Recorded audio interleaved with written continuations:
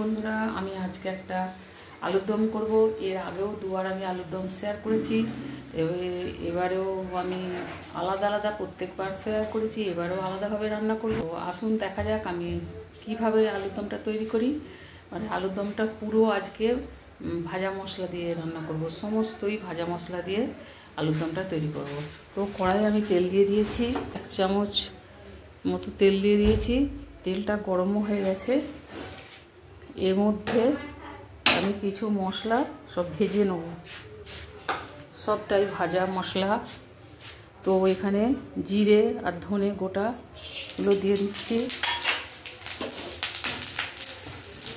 এটা একটু হালকা ভাজা হয়ে গেলে এবার এখানে দেবো পেঁয়াজের টুকরো, রসুন, আদার টুকরো, আর এখানে শুকনো লঙ্কা আর কাঁচা লঙ্কা।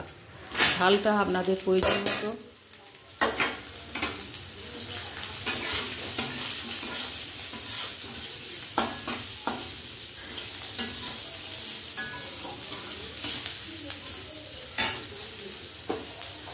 তেলটা কম হয়ে গেছে, আর একটু তেল দিয়ে দিলাম।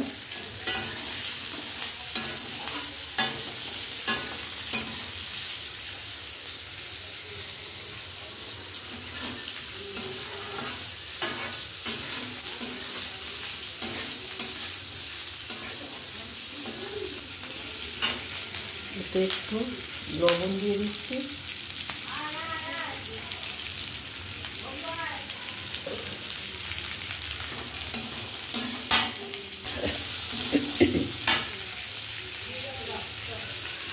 একটু ভেজে নিয়েছি। এবার এর উপরে এখানে টমেটো দিয়ে দিচ্ছি, টমেটো স্লাইস করে নিয়েছি।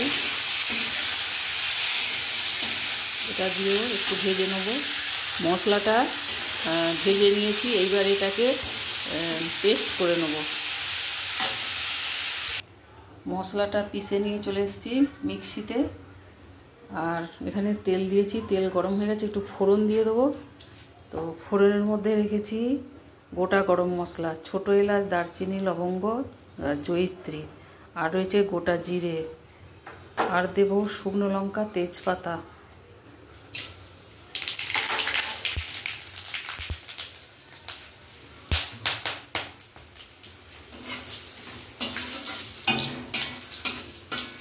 ফোড়নটা একটু ভেজে নেব। ফোড়নটা হয়ে গেছে, এবারে যে বাটা মশলাটা এটা দিয়ে দিচ্ছি।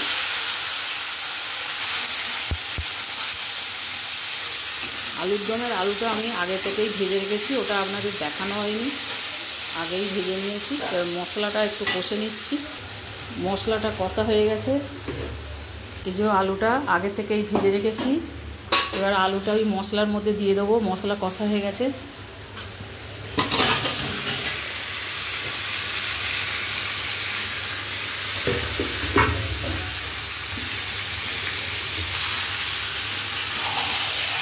আলুর সঙ্গে মশলাটা ভালো করে মিশিয়ে নেব।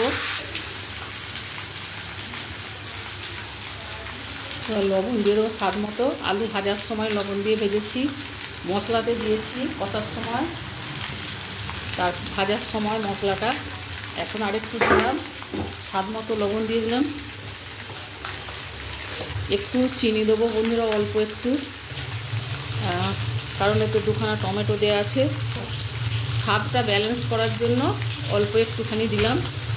এটা আপনারা কিন্তু একদমই অপশনাল, নাও দিতে পারেন। এবার এর মধ্যে একটু জল দিয়ে দিচ্ছি।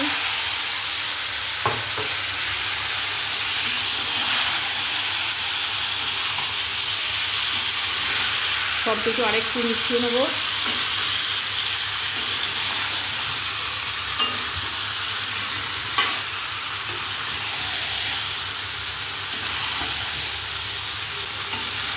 এবার এতে গরম জল দিয়ে দিচ্ছি, যে বাটি করে গরম করে নিয়েছি, এই জলটা এতে দিয়ে দিচ্ছি।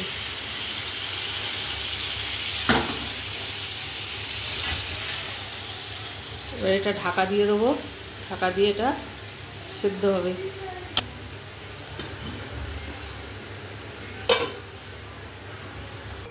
হ্যালো বন্ধুরা, আলুর দমটা পুরো রেডি হয়ে এসেছে। আর একটা মশলা দিলেই আলুর দম রেডি।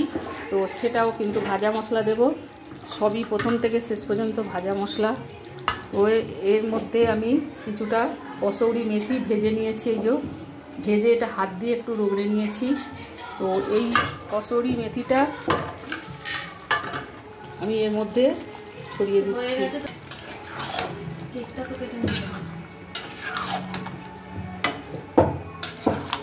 রেডি হয়ে গেল বন্ধুরা আমার আলুর দম। তো কেমন লাগলো আপনাদের? ভালো লাগলে অবশ্যই লাইক শেয়ার কমেন্ট করবেন। আজকের মতো রাখছি, আবার আসবো অন্য কোনো রেসিপি নিয়ে, অন্য পদ্ধতিতে। তো আজকের মতো রাখলাম, টাটা।